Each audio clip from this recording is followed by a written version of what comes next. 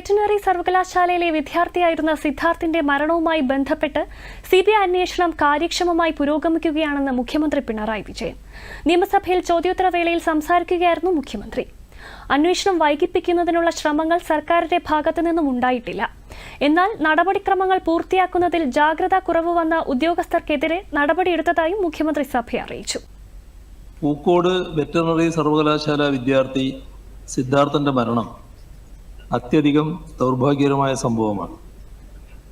18/2/2024 സംഭവവുമായി ബന്ധപ്പെട്ട് വയനാട് വൈത്തിരി പോലീസ് സ്റ്റേഷനിൽ ക്രൈം നമ്പർ 77/2024 പ്രകാരം കേസ് രജിസ്റ്റർ ചെയ്യുകയുണ്ടായി.